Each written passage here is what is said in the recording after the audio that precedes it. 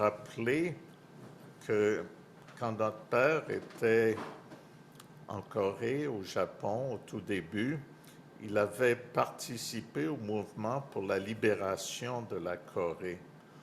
Donc, c'était une activité qui l'a amené en prison, qui l'a amené à la torture, mais notre père s'est impliqué à ce niveau-là. Après ça, on a eu l'implication au niveau de la lutte au communisme sous la forme du VOC, de CAUSA et d'autres mouvements. Et si on recherchait, on pourrait voir encore plus. Mais je ne chercherai pas parce que c'est juste une introduction. Donc, si... C'est pour ça que j'ai apporté ça ici. Si je sors de ma manche ce livre ici, God's Warning to the World, to America, je pense que tout le monde a déjà vu ça, soit en français, soit en anglais, soit en japonais, soit en coréen, soit en portugais, peut-être. Ça fait déjà 40 ans. C'est vieux, hein? Ouais. Mais, après ça, et ça c'est une antiquité, mais c'est en français. Donc, critique et contre-proposition pour le communisme. C'est vieux, n'est-ce pas? Oui, oui. Et vous avez ça en anglais aussi. Je ne sais pas, je suis sûr qu'il y avait quelque chose, peut-être portugais, japonais, coréen. Mais c'était une activité de notre mouvement que notre père avait initié. Donc, c'est pour dire que notre père était impliqué, pas seulement au niveau spirituel, de dire d'inspirer un renouveau où les gens découvrent leurs parents célestes, découvrent sa souffrance, ont le goût de verser des larmes pour ce qui se passe, pour la souffrance de Dieu, la souffrance de l'humanité, mais qu'après avoir versé ces larmes, après avoir compris, les gens, les membres spécialement, aient un désir d'agir pour remédier aux situations. Donc, à travers l'histoire de notre mouvement, il y a toujours l'éducation de notre père, spécialement nos vrais parents, qui se suit d'activités, comme là on a les missionnaires qui viennent pour nous aider au niveau spirituel. Maintenant, j'aimerais mentionner que même avant le God's Warning, d'autres personnes, spécialement dans les pays communistes, ont vu ce qui s'en venait. Et un des premiers, quand même, qui date de pas si longtemps et que personne ne probablement connaît, s'appelle Slobodan Draskovic. C'est un nom bizarre, hein? Donc, il a écrit ce livre il y a très longtemps, Will America Surrender? Donc, la plupart d'entre nous savons à quel point l'Amérique, les États-Unis, sont un pays important dans la providence, le pays le plus important d'une certaine façon, le point tournant. Donc, si l'Amérique surrenders, si l'Amérique se rend, Dieu a un méchant problème. Donc, ça, c'est le premier à ma connaissance. Mais, qui c'est qui ne connaît pas Solzhenitsyn? Levez la main. Donc, tout le monde connaît Solzhenitsyn. Mais peut-être pas tout le monde connaît Warning to the West. Donc, Solzhenitsyn a été un autre prophète de Dieu qui a parlé et dit « Faites attention, le mur de Berlin est peut-être tombé, la guerre froide est finie, les conflits militaires sont peut-être finis, quoique là, ça reprend un petit peu avec l'Ukraine. Mais ce que ces gens-là voyaient venir, c'est une métamorphose de la guerre du communisme en une guerre idéologique où ils utilisent le matérialisme, l'athéisme et beaucoup de choses comme ça pour actuellement infiltrer et détruire le travail de Dieu, détruire toutes les religions, etc. Offrir cette alternative athée, matérialiste, et qui finalement annihile même la connaissance de Dieu. Donc, ça, c'est mon introduction globale. Il y a un gros problème et je vais réduire les choses un petit peu parce que j'ai juste une demi-heure pour parler, donc je ne peux pas parler de tout. Donc, j'ai introduction intermédiaire. Donc là, je réduis juste à la moitié. Je ne suis pas encore rendu au sujet. Donc, l'introduction intermédiaire, c'est la famille est attaquée. Donc, ces livres-là ont été écrits déjà il y a au moins 10 ans, peut-être 20 ans. Donc, déjà là, il se passait des choses que certaines personnes voyaient, comprenaient, et essayaient de nous donner un avertissement. Il se passe des choses dans vos systèmes d'éducation. Réveillez-vous. Et dans notre mouvement même, vous avez Richard Penzer, Marie-Anne Mossack, The War on Intimacy.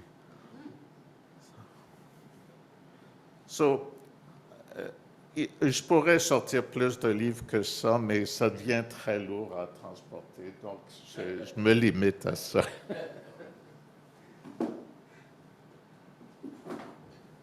Donc maintenant que je suis passé du gros au moyen, je vais passer au petit. Donc le petit, c'est qu'est-ce qui se passe dans les écoles au Québec. Et puis là, mon focus, c'est Québec parce que je fais partie d'un mouvement qui s'appelle Ensemble pour protéger nos enfants, dont le focus est au Québec. Mais la réalité, telle que je l'ai recherchée et découverte, c'est que les mêmes choses se produisent à travers le Canada, à travers les États-Unis, maintenant en Europe, en Australie et dans le monde ouest, dans le monde de l'ouest, dans le monde libre, en guillemets. Donc, je veux, en 5 minutes, vous résumer ce qui se passe. Puis, pour le faire, je vais dire ce qui se passe, c'est que le gouvernement pousse ce qui est appelé l'idéologie du genre, qui est basée sur la théorie du genre.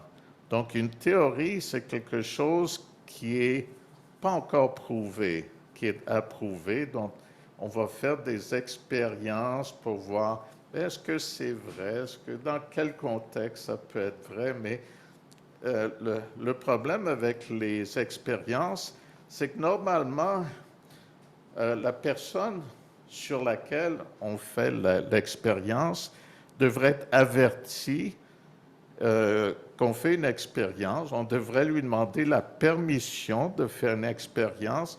On devrait l'avertir des conséquences de l'expérience. Et ce n'est pas fait du tout.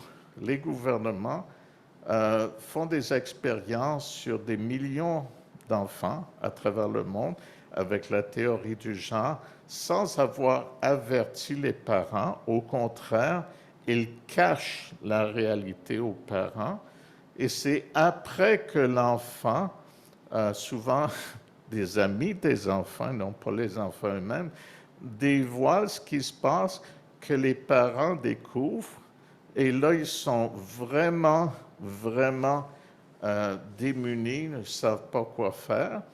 En plus, les gouvernements, travailleurs sociaux et autres, au lieu d'aider les pauvres parents qui se trouvent en désarroi, euh, par exemple, le parent va voir le travailleur social, la travailleuse sociale, dire « Ah, ben mon enfant, il vient juste d'arriver à la maison, il vient de me dire qu'il n'est plus un garçon, il est une fille, puis il a changé de nom. Qu'est-ce que je fais? » Puis travailleur social, professeur, qu'est-ce qu'ils vont dire aux parents? Il faut accepter ça. Allez-y, confirmez votre enfant. Donc, la théorie du genre, tout ce qui se passe, c'est confirmer, accepter. Il ne faut pas vous battre. Si vous vous battez, ce qui est expliqué à certains parents, on va vous signaler à la DPJ. Puis il se peut que vous perdiez votre enfant, puis dans le pire des cas, vous allez recevoir une amende et peut-être même aller en prison. Donc là, en quelques minutes, j'ai fait le tour de ce qui se passe.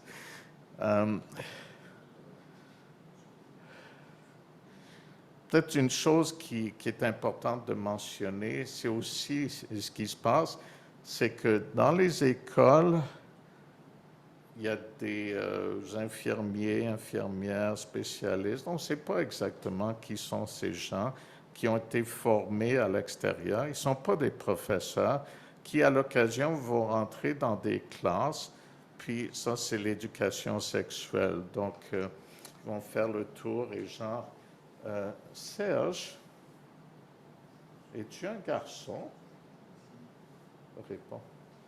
Oui, je suis un garçon. OK. Comment tu sais que tu es un garçon? OK,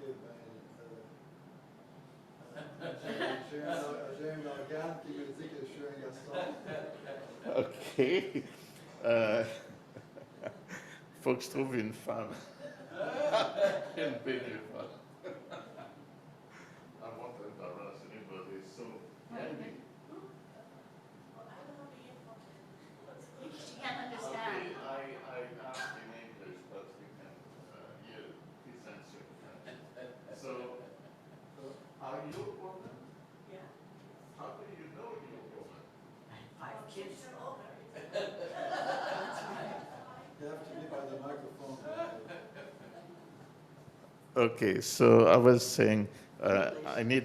Okay, je disais, il faut l'exemple d'un homme et ça prend l'exemple d'une femme. Donc le professeur, l'infirmière se promène dans la classe et il demande, toi, un petit garçon, là, vous savez, à n'importe quel âge, ils les prennent le plus tôt possible. Et tu es un garçon, tu es sûr? Comment tu sais que tu es un garçon? Puis là, une petite fille. T'es quoi, toi? Es-tu une fille? Oui. Comment tu sais? Puis là, ils vont voir, c'est spécialement les filles.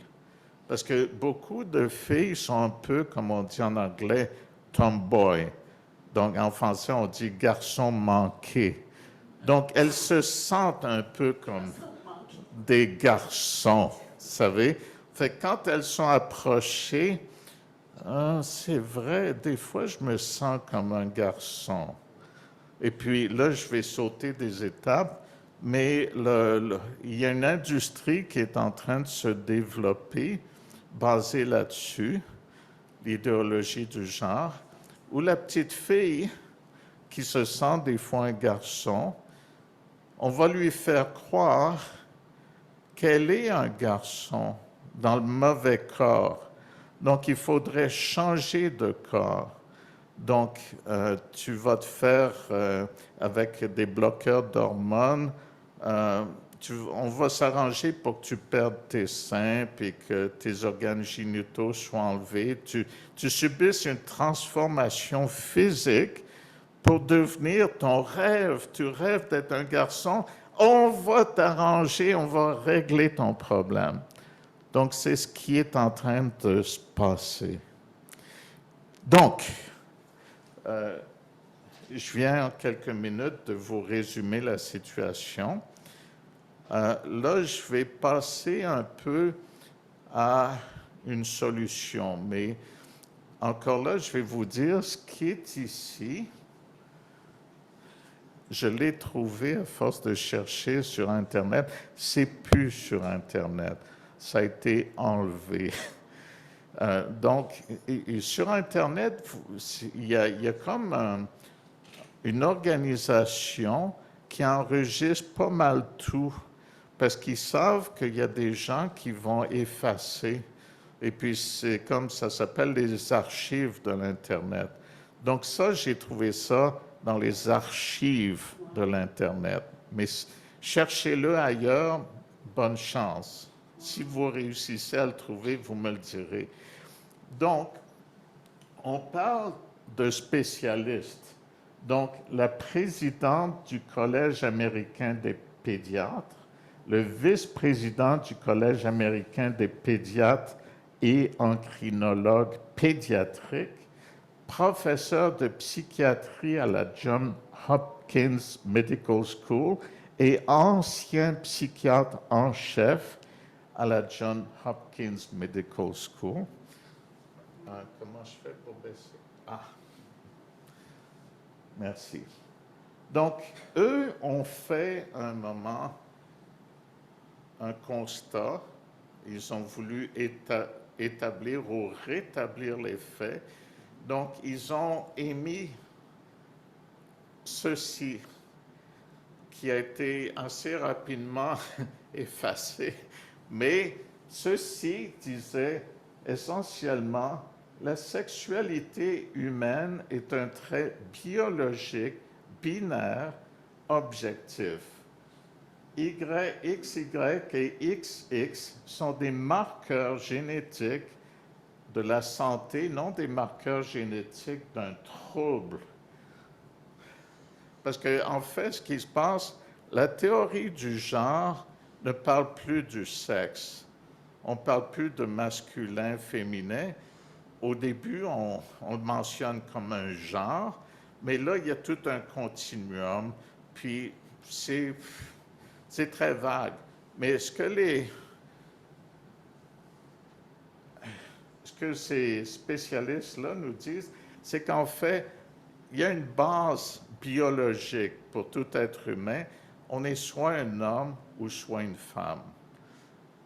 C'est pas seulement on se sent comme un garçon, se sent comme une fille, c'est ce qu'on est. Donc, personne ne naît avec un genre. Chacun naît avec un sexe biologique. Le genre, la conscience et le sentiment d'être un homme ou une femme est un concept sociologique et psychologique, et non un concept biologique objectif. La croyance d'une personne qu'elle est quelque chose qu'elle n'est pas, au mieux, est le signe d'une pensée confuse. Donc, pour les psychiatres, il y a un certain temps, si quelqu'un qui était visiblement un homme par les organes génitaux, etc., disait « je suis une femme », il y avait un problème quelque part. Ou l'inverse. Donc, eux disent ça clairement. C'est comme, il y a un cas, vous ne le croirez pas, dans une école ici au Québec, où un jeune enfant est rentré dans le cours à 4 pattes et il a dit « je suis un chien ». Donc, avec la théorie du genre, le professeur et les autres étaient obligés d'accepter. Il se sent comme ça, on ne doit pas le traumatiser, on doit accepter. Vous comprenez jusqu'où ça peut aller? Or even an alien. It could Do be. that. There are. La puberté n'est pas une maladie et les hormones bloquant la puberté peuvent être dangereuses. Donc, il y a comme quelque chose, et je trouve que ce n'est pas si bien traduit ou dit, mais en fait, c'est comme la nature a un certain cycle. La puberté, c'est un cycle, c'est complètement normal. Et de vouloir jouer avec ce cycle-là, en injectant, faisant prendre des bloqueurs de puberté en faisant toutes sortes de choses, c'est prendre des risques. La plupart des professionnels au niveau médical, parce qu'ils risquent d'être poursuivis s'ils disent les mauvaises choses, sont très délicats quand ils parlent. Ils vont dire « Ah, mais ça risque, ça pourrait, etc. » Mais mes recherches disent « C'est pas ça pourrait, c'est dangereux. Ça a des effets secondaires néfastes. » Donc, l'autre point qu'il soulève, c'est d'après une certaine organisation. No, it's a book. It's a book? It's the Diagnostic Bible. Okay. The Diagnostic Bible for those professionals. So, that best book, 98% of boys and 80 up, d'après la Bible, 98% des garçons et 88% des filles ayant une confusion de genre, s'ils commencent comme ça dans la vie, ils ont une confusion de genre, finissent par accepter leur sexe biologique après avoir traversé naturellement la puberté. Donc, ce qui maintenant est comme un problème majeur, puis il faut intervenir, puis il faut traiter, puis il faut faire ci, puis il faut faire ça. Si ils laissaient les jeunes aller normalement, sans être influencés, les problèmes se régleraient par eux-mêmes. C'est ce qu'ils disent. OK. À propos... OK. Les enfants qui utilisent des bloqueurs de puberté pour se faire passer pour le sexe opposé auront besoin d'hormones transsexuelles à la fin de l'adolescence. Les hormones du sexe opposé, testostérone et estrogène, sont associées à des risques dangereux pour la santé, notamment l'hypertension, les caillots sanguins, les accidents vasculaires cérébraux, le cancer. Ça, c'est juste le minimum, c'est une façon de le dire gentiment et de ne pas se faire poursuivre. Les taux de suicide sont 20 fois plus élevés chez les adultes qui utilisent des hormones transsexuelles et subissent une chirurgie de réattribution sexuelle, même en Suède, qui compte parmi les pays les plus favorables. Donc, il y a un argument qui est proposé dans nos écoles par ces intervenants qui, quand les parents viennent voir, ils disent « Ah, mon petit Marc, il est revenu à la maison, puis il veut qu'on l'appelle maintenant Lucie. Qu'est-ce qu'on fait? Qu'est-ce qu'on fait? Dites-moi quoi faire. » Là, les parents, des fois, vont dire, wow, on ne va pas laisser passer ça, on va intervenir, on va essayer ceci, on va essayer ça. Puis là, le travailleur social, le professeur va dire, tu sais, si tu essaies d'aller contre la vie de ta fille, ton gars, il y a un risque de suicide. Il peut se suicider, tu sais, c'est dangereux. Il ne faut pas aller contre, il faut les confirmer. Mais eux disent, c'est l'inverse. C'est après, grosso modo, c'est après qu'ils sont transformés, qu'ils ont justement été acceptés, qu'il y a un énorme risque de suicide parce que très souvent, le jeune réalise, non, c'était pas ça. J'avais un corps de gars parce qu'essentiellement, j'étais un gars. J'avais un corps de fille parce qu'essentiellement, je suis une fille. Puis là, on m'a trituré, on m'a bourré de choses, puis je ne peux plus reculer. Donc, j'ai gâché ma vie. Donc, c'est pas tous, moi aussi je vais être prudent de ne pas me faire poursuivre, là. C'est pas tous qui regrettent, mais il y a un bon nombre de gens qui sont rendus au bout, qui regrettent. Le problème, c'est qu'ils n'arrivent pas à sortir les statistiques pour ces gens-là parce que les organisations ne veulent pas en entendre parler, donc ils ne font pas partie des statistiques. Donc c'est presque impossible de savoir le pourcentage. Mais il y a un grand nombre, puis là, ils commencent à parler, puis à entamer des poursuites, etc. Donc, conditionner les enfants en leur faisant croire qu'il est normal et sain de se faire passer pour le sexe opposé par des moyens chimiques et chirurgicaux tout au long de sa vie est une forme de maltraitance.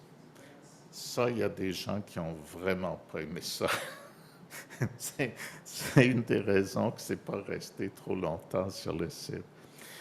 Donc là, je vous ai présenté ce que des spécialistes ont dit d'une façon générale sur la théorie du genre. Là, j'ai encore 15 minutes, puis je vais le prendre pour vous présenter une Française. Je m'excuse parce que tout ce qui se passe, à vrai dire, au Québec, ça se passe d'abord ailleurs. C'est comme le Québec, ça s'en vient, c'est en train de grossir. Mais en France, cette femme-là, il n'y a personne qui la connaît en passant, ça me surprendrait, mais c'est la spécialiste de ce qui se passe dans les écoles depuis plus de 20 ans. Donc, elle sait de quoi elle parle. Et puis, le vidéo que je vous présente d'elle, c'est 15 minutes. Je l'ai regardé 3 ou 4 fois. Donc, à chaque fois, là, ça me rend un peu plus, je comprends un peu plus la situation, mais j'en ai vu d'autres d'elle. Et puis, j'essaierai pas de tout vous expliquer. Je sais que vous ne catcherez pas tout à l'écouter juste une fois, mais il y a au moins une chose avant de présenter le vidéo que je veux vous dire pour que quand elle va en parler, vous pourriez le remarquer. C'est qu'elle va parler du WHO, World Health Organization.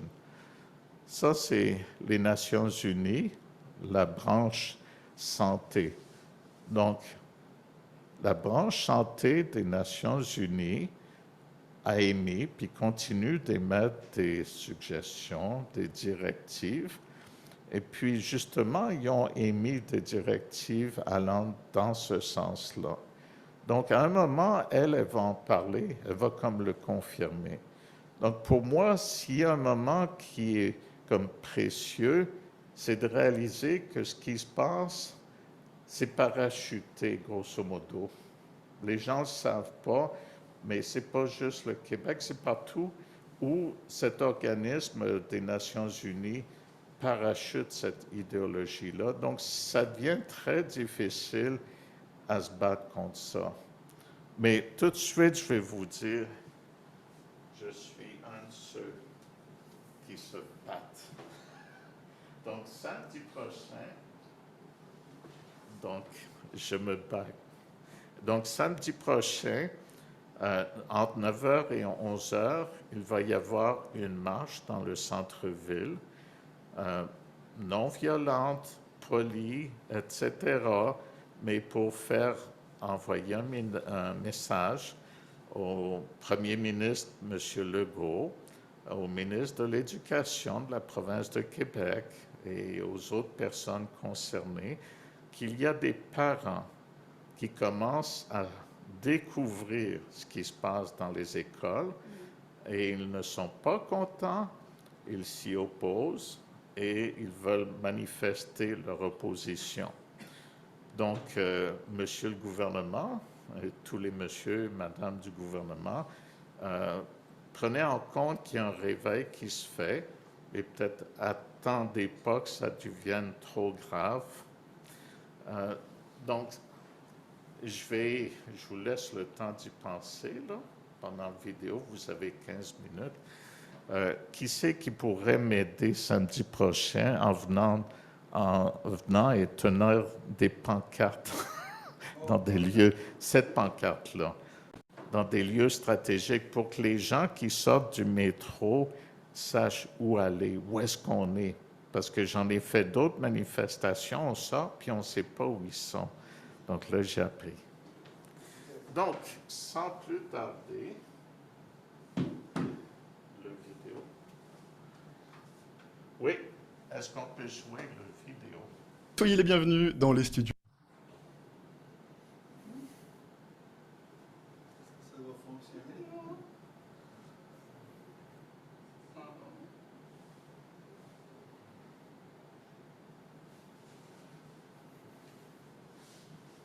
Au pire, allez, je me suis préparé, j'ai une clé USB.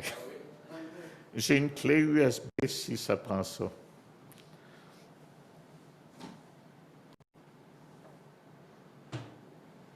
Ouais, ça approche. En tout cas, c'est... Studio du Figaro. Bonjour Sophie Audiger. Bonjour. Vous êtes la déléguée générale de SOS Éducation. Éducation à la sexualité. Ah,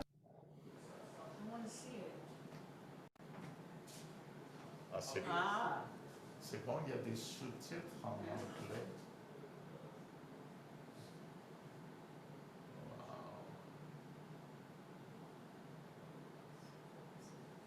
Un bloc en mieux.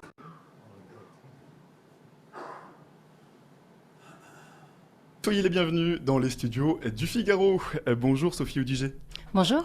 Vous êtes la déléguée générale de SOS Éducation. Éducation à la sexualité. Attention danger, c'est le titre de notre entretien ce soir. Alors justement, le ministre de l'Éducation, Pape Ndiaye, il veut relancer l'éducation sexuelle à l'école, c'est le sujet.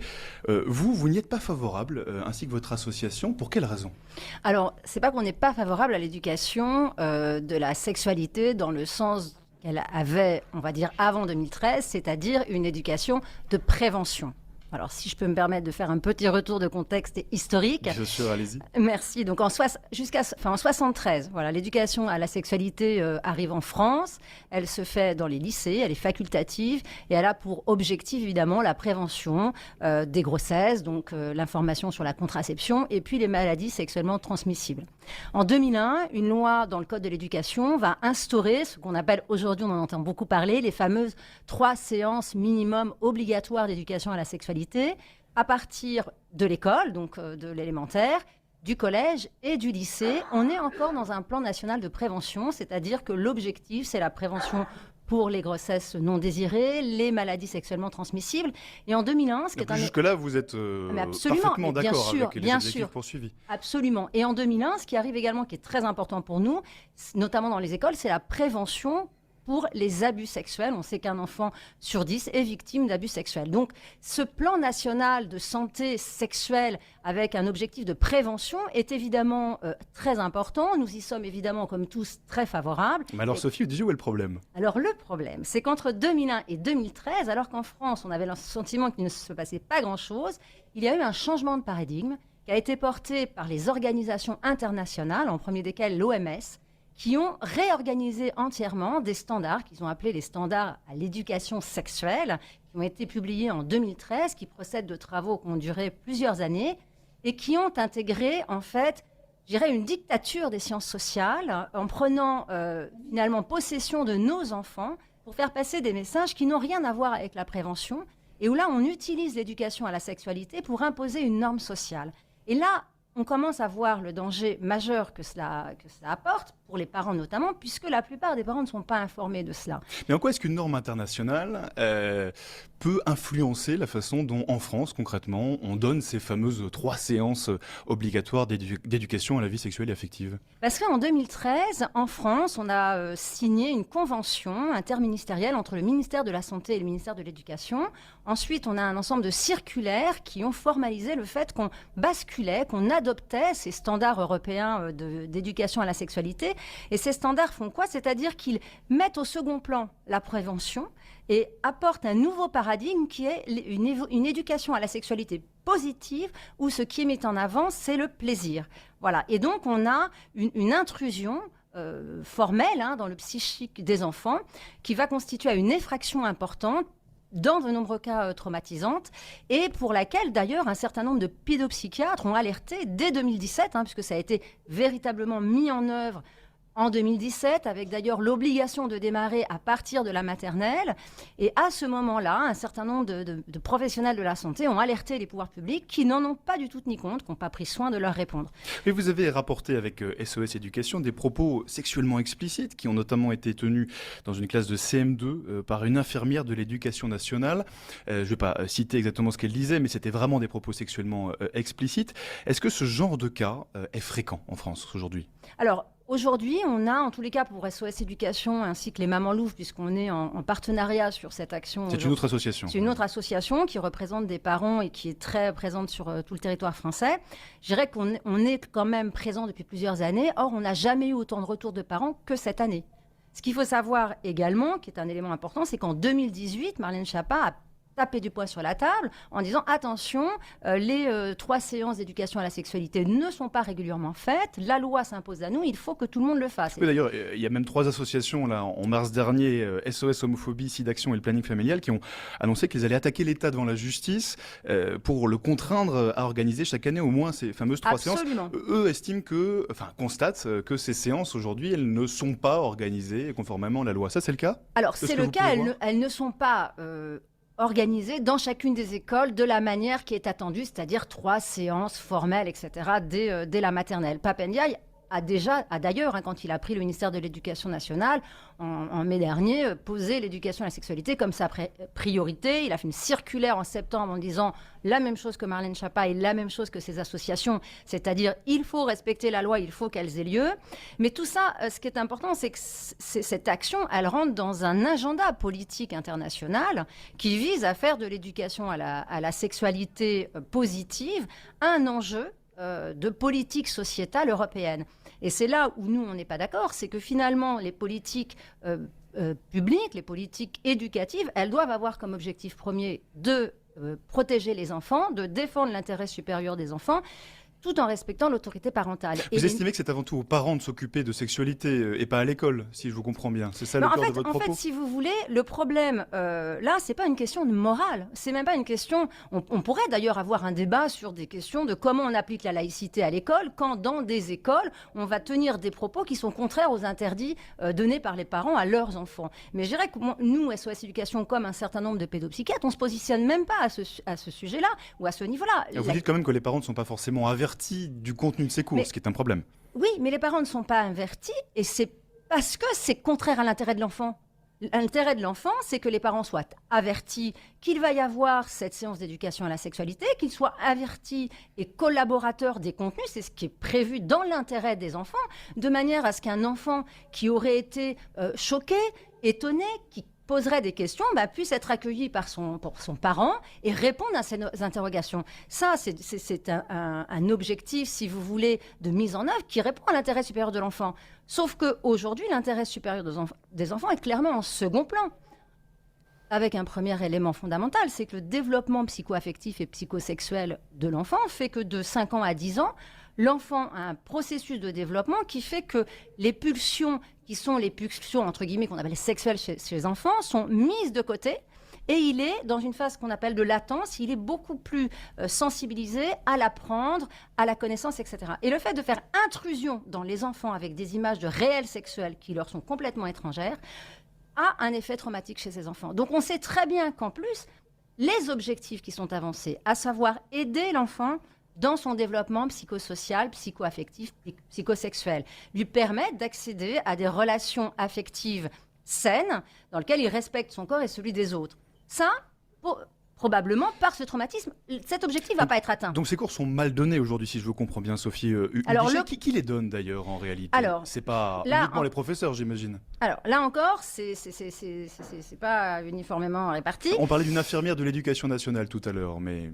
Alors en fait, normalement, ça devrait être donné par du personnel qui sont formés, sauf que, comme vous l'avez bien compris, que ce soit Marlène Schiappa ou Pape Ndiaye qui demandent que ça soit fait tout de suite maintenant, on n'a pas de personnel formé. Ce qui a donné lieu en 2008 à une ouverture aux associations, pour la plupart qui étaient quand même des associations militantes, qui ont pris en charge, ce sont des intervenants extérieurs qui viennent prendre en charge ces séances. Donc, là, avec SOS Éducation, vous avez aussi pris en charge une partie de ces cours. Vous êtes actif sur ce sujet aujourd'hui? Non, pas du tout. Nous, SOS Éducation, on n'intervient pas dans les écoles. D'accord. Voilà, pour une raison très simple, c'est qu'on n'est pas juge et partie, qu'on est plus dans l'analyse des politiques éducatives et dans un travail avec un écosystème de professionnels qui nous permettent de donner des arguments, des éléments et d'aider la communauté éducative. Donc c'est pas exactement votre travail. Par contre, d'autres associations ont pris ce créneau. Absolument. Il y a des associations qui font ce genre d'intervention et d'ailleurs, on a des associations qui font des interventions avec une approche, on va dire, plus juste de ce qui est attendu dans le cadre du développement de l'enfant en termes d'accompagnement psycho-affectif et psychosexuel. Mais certaines le font avec un angle réellement militant, c'est ce que vous constatez. Avec un angle réellement militant, et puis surtout ce que vous avez évoqué,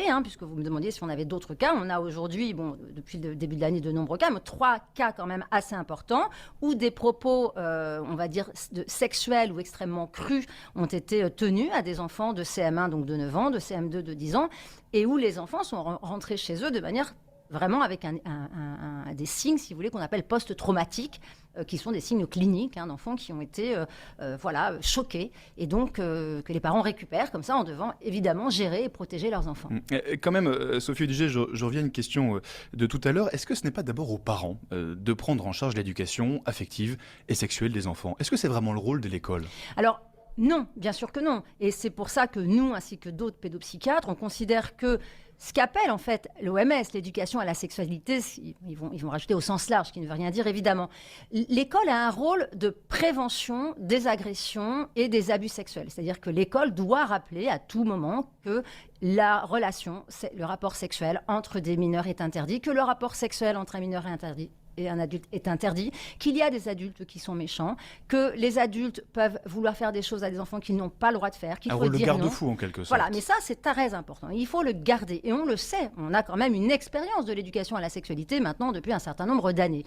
Là par contre, c'est un problème, c'est-à-dire qu'on va projeter une éducation sexuelle, en tous les cas sur une base de pulsions sexuelles d'adultes, sur quelque chose qui est d'ailleurs réfuté par des pédopsychiatres, une espèce de fantasme qu'il y aurait une sexualité infantile dès la naissance, ce qui est absolument faux. On sait très bien que les pulsions qu'on pourrait appeler sexuelles chez l'enfant se caractérisent par en fait l'affection et la tendresse, principalement dans le cadre du complexe d'Oedipe qu'on connaît bien. Donc cette relation d'attachement, cette relation affective, c'est aux parents de la conduire. C'est aux parents d'accompagner les enfants, de répondre à leurs questions au fur et à mesure de leur développement, et ensuite, comme nous l'avons tous fait effectivement, de découvrir par soi-même, notamment par ce qu'on appelle la vie fantasmatique de l'enfant, ses propres projections, sa propre idéalisation, et puis ensuite la vie et ses rencontres vont lui faire le travail d'apprentissage normalement. Après, tout ça ne se trouve pas aujourd'hui tel quel dans le décret, ne se trouve pas dans le code de l'éducation.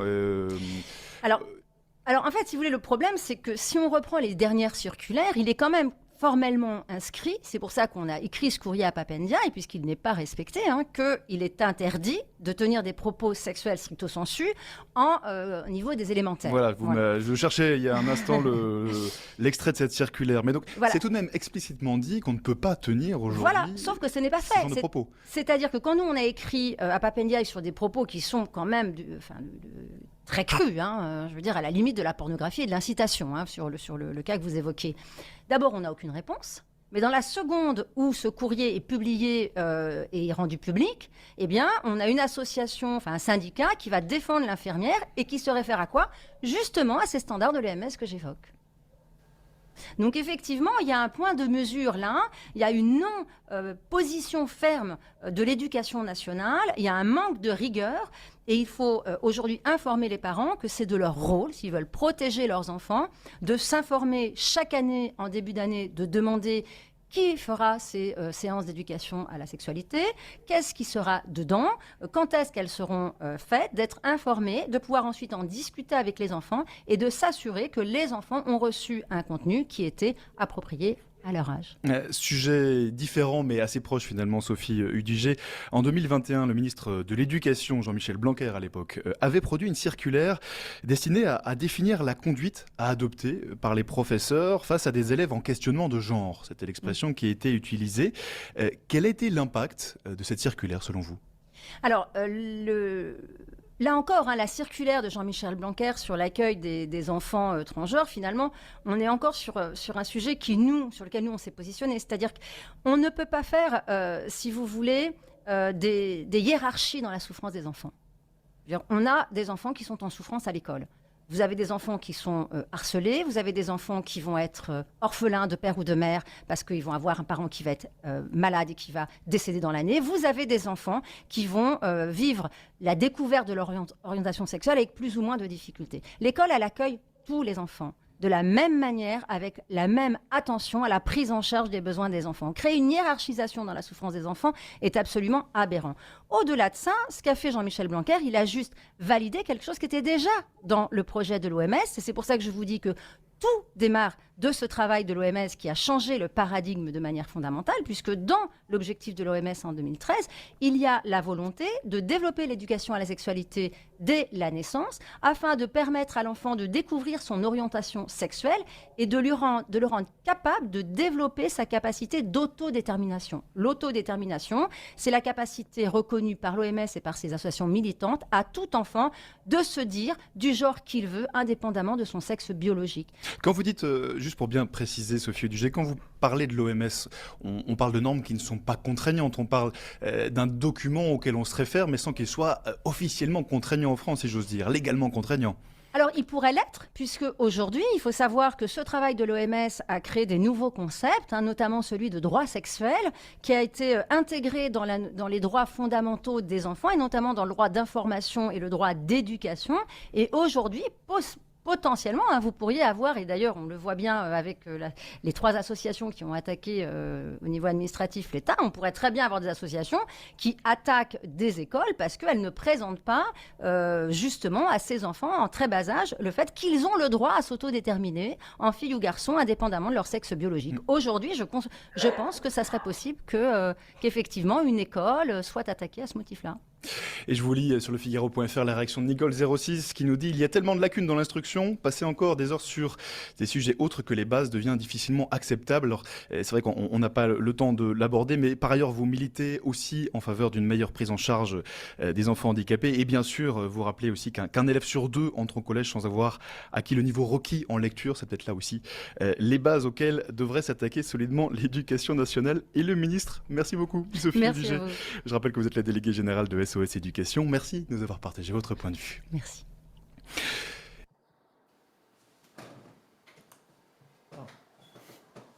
Votre problème. Est-ce qu'on peut revenir au reste du Word? Can we go back to the Word document, please? En attendant que ça revienne. Est-ce que quelqu'un aurait des questions? Une question, des questions? Je suis content, tout est clair pour tout le monde. J'aime ça. OK. Puis là, si je veux descendre, c'est gentil. OK, il y a une question. OK, juste un moment. Oui.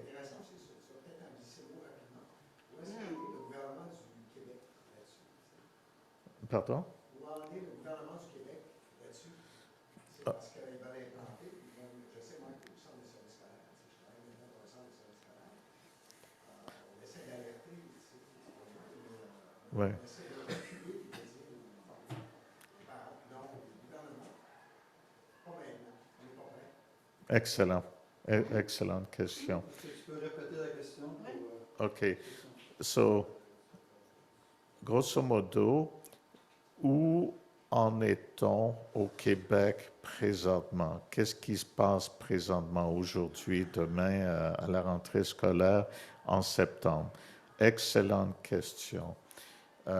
Quelqu'un qui a fait plus de recherches que moi encore sur l'historique au Québec a découvert que ça a commencé sérieusement en 2014, ce qui ferait 10 ans. Donc, depuis 10 ans, le gouvernement du Québec teste. Donc, ce n'est pas toutes les écoles. Ils ont choisi certaines écoles, puis dans cette école-là, c'est ça qui est enseigné. Et c'est surprenant, ils ont même choisi des écoles privées. Il y a des écoles privées qui font partie du test. Donc, depuis 2014. Et ce qui vient de changer cette année, c'est qu'à partir de septembre, 10 ans plus tard, les tests sont finis. Eux ont conclu, c'est beau, on fonce. Donc, à partir de septembre, toutes les écoles du Québec vont devoir recevoir cette idéologie, cet enseignement-là. Oui. 68% au sein des services scolaires des grandes surveilles sur la rue de Montréal, et 68% des enseignants qui disent qu'ils sont contents. Et ça, c'est sorti dans les journaux récemment. Le syndicat des professeurs ont déclaré on n'est pas prêt à enseigner ça. En fait, encore une fois, j'interprète, c'est mon opinion, c'est mon interprétation, mais beaucoup de professeurs, c'est pas qu'ils sont pas prêts, c'est qu'ils veulent pas vraiment. Ils trouvent ça indécent. Comme elle a soulevé le cas de propos carrément pornographiques, indécents. Donc, c'est la situation. En septembre, c'est généralisé. C'est une des raisons pour lesquelles on essaye de dire non, pouvez-vous retarder? Là, au Québec, il y a la commission des sages qui a été nommée pour diluer le débat, pour retarder les choses. Donc, dans 2 ans, ils vont émettre le rapport qui est not binding, qui est non contraignant, excellent. Donc, probablement que dans 2 ans, quoi qu'ils disent, qu'ils trouvent, qu'ils recommandent, ça ira sur une étagère accumuler de la poussière. Donc, EPPNE dit on n'attendra pas 2 ans, on demande carrément le gel pour l'instant. Écoutez, c'est déjà un peu un gâchis, mais on va limiter les dégâts aux écoles test. On ne veut pas aller plus loin. Mais le ministre Drainville a fermement indiqué pas question, on fonce. Malgré que les professeurs disent on n'est pas prêt, malgré ci, malgré ça, les idéologues dans le gouvernement foncent. C'est une minorité.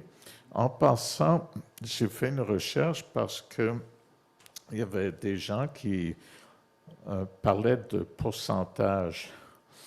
Et puis, j'entendais différents pourcentages. Donc, pas plus tard qu'hier soir, Statistique Canada, les gens qui ont plus que 15 ans, qui sont dans certaines catégories, c'était pas même 1%, c'était 0,3%. Donc, c'est comme confirmé, c'est une toute petite minorité.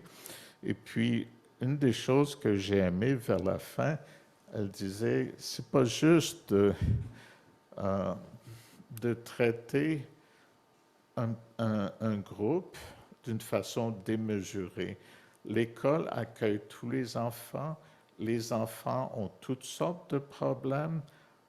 Ça peut être un parent est décédé, ça peut être ci, ça peut être ça, ou ils peuvent avoir une difficulté à assumer leur sexe biologique.